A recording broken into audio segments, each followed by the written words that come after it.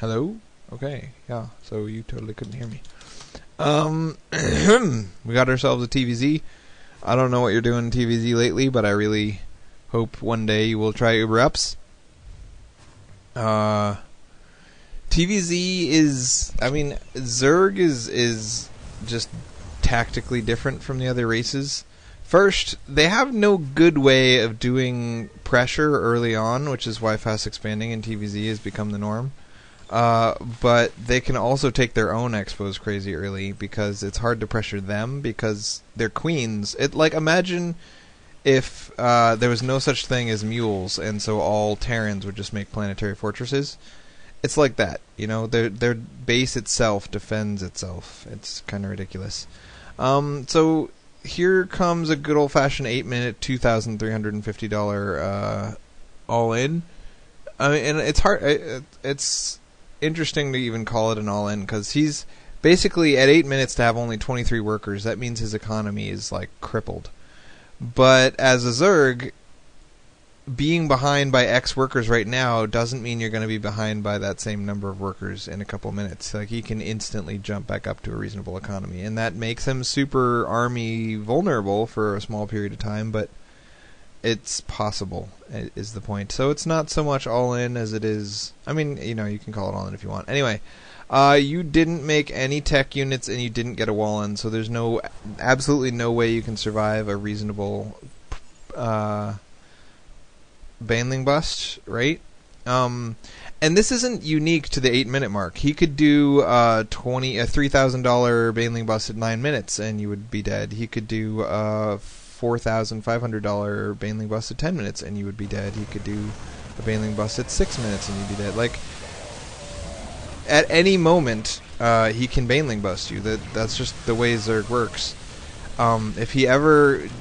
Okay, so if he opens up making tons of drones, and then he just stops making drones at some point and switches to entirely Ling production, and then 1 second before the attack, he spends every penny of gas he has morphing some of those Lings into Banelings, then he will have a big army. Like, it's so much easier as Zerg to get a big army at any given time than it is as Terran. Your reaction to this Baneling bust is to completely stop mining, and just kind of wait to die. Like, you've got 5 Marines with a couple more Marines coming out. But at this point, Marines aren't going to be your saving grace. Buildings are. It's all about buildings. So, where can he bust? He can bust here or here, right? He can't really bust through the racks. I mean, he can, but he probably won't. Most people don't, because it takes like 11 Banelings to bust a racks. So what you want to do is seal this off with another building. You can make an eBay right here, or a racks right here. And then you got to seal off this slightly larger area. So you could make one building here, sticking up by 2, and then another building here.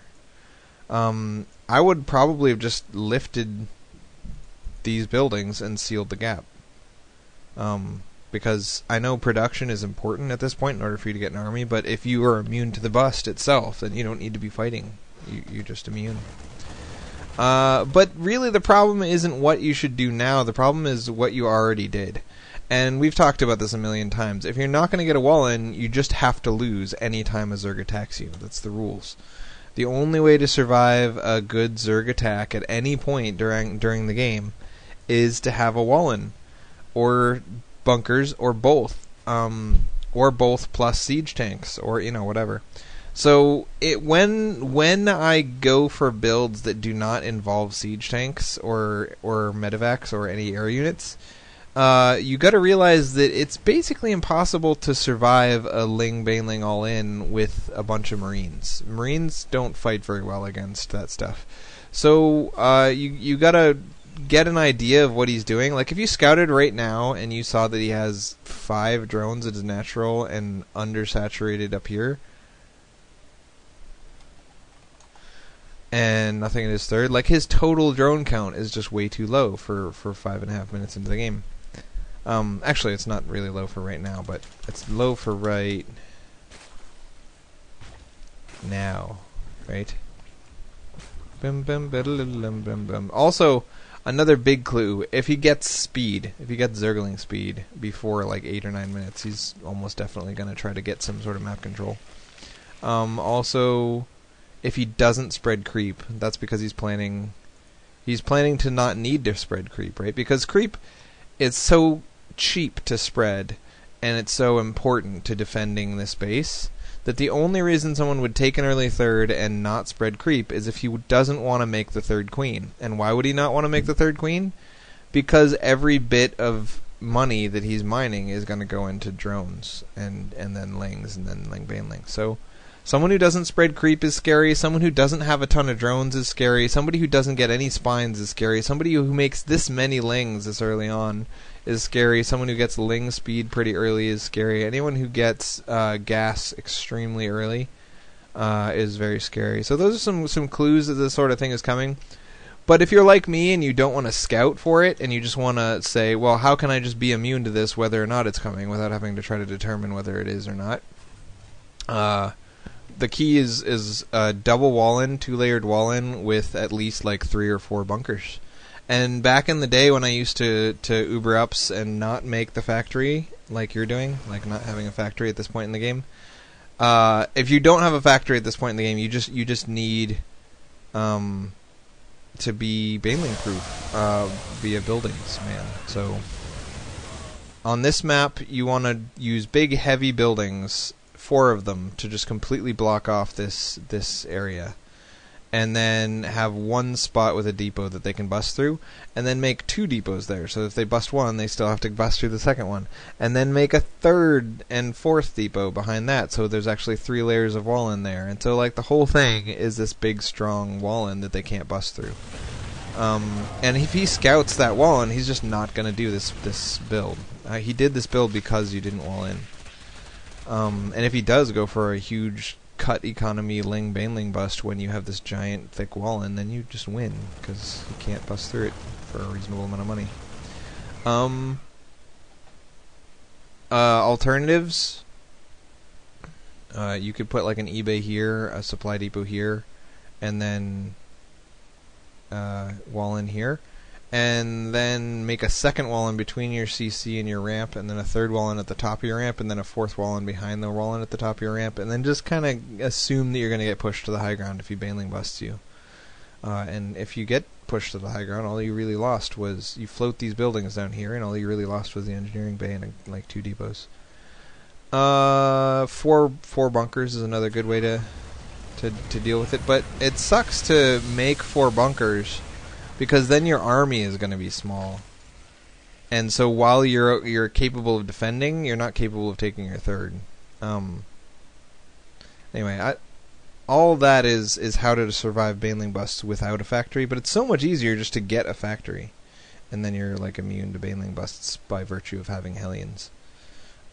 Because even though Hellions are light and banelings do bonus damage to light, it takes a lot. I think it takes 2 banelings to kill a Hellion, and that's $150 to kill $100. So it might take 3, in which case it'd be even more ridiculous, like $225 to kill a $100 Hellion. And Hellions are so damn fast off creep that there's just no chance he's ever going to get you. And the next alternative, Banshee. If you make a single Banshee, he's just not going to do a baneling bust, because the whole time he's trying to morph and walk banelings across, he's losing banelings every two Banshee shots. Another way is just siege tanks in siege mode, which is what it looks like you opted for. So you did go for the double thick wall-in behind your initial wall-in. It did discourage him from finishing the game here. It looks like he's going to add some workers and try to go into a longer game. This game's going to continue from here, but you're basically screwed already. We can go all the way to the end and just look at the army spending and see how close you were to having somewhat near the Zerg's army size. I bet it's not going to be very close. Oop, hey, that was a good one. He just kind of threw away stuff there. I hate this. Look what you're doing. Let's look from your perspective, okay? This patrol spread is great. But right now, you have no vision in front of your troops, right? You have the watchtower, but his whole army could be right here, you don't know. And you just make a tiny, tightly packed ball and walk. If he was standing here, you still don't even have vision right here, and boom, fungal. You know, you just lost your whole army. So don't do this. Stim one Marine and then A-move your whole army, and that Marine will by default get there faster, and you'll see things coming. Or keep one Hellion with your army, and Hellions go faster than your army, so you'll see that coming. Also, you're making a big push when all of your SCVs are up at your main and none of them are at your natural, and your main is almost mined out. It's like you're not going to look back at your base during this push, for obvious reasons. So make sure your base is ready by the time you push. Also, you have less than half of his army spending because you kind of got crushed by that early pressure. Now you're going to pre-spread, and this is a decent pre-spread, but it's not the best in the world. It's especially good enough because you have tanks. Like I'm okay with this. But I mean, look at the surface area you could have used. You have all this area and all this area, and you only use half of it. So half of it is better than less than half of it, but it's still not great.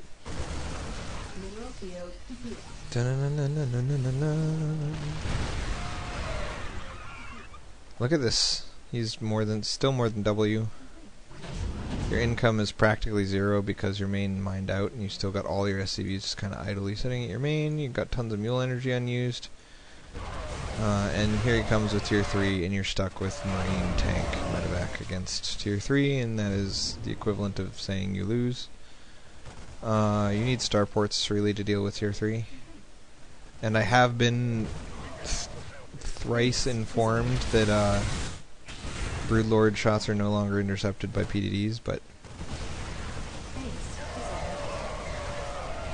at least Vikings, and especially Banshees and Ravens and Thors are all good things to have against this tier 3 stuff. So you just got ripped to shreds.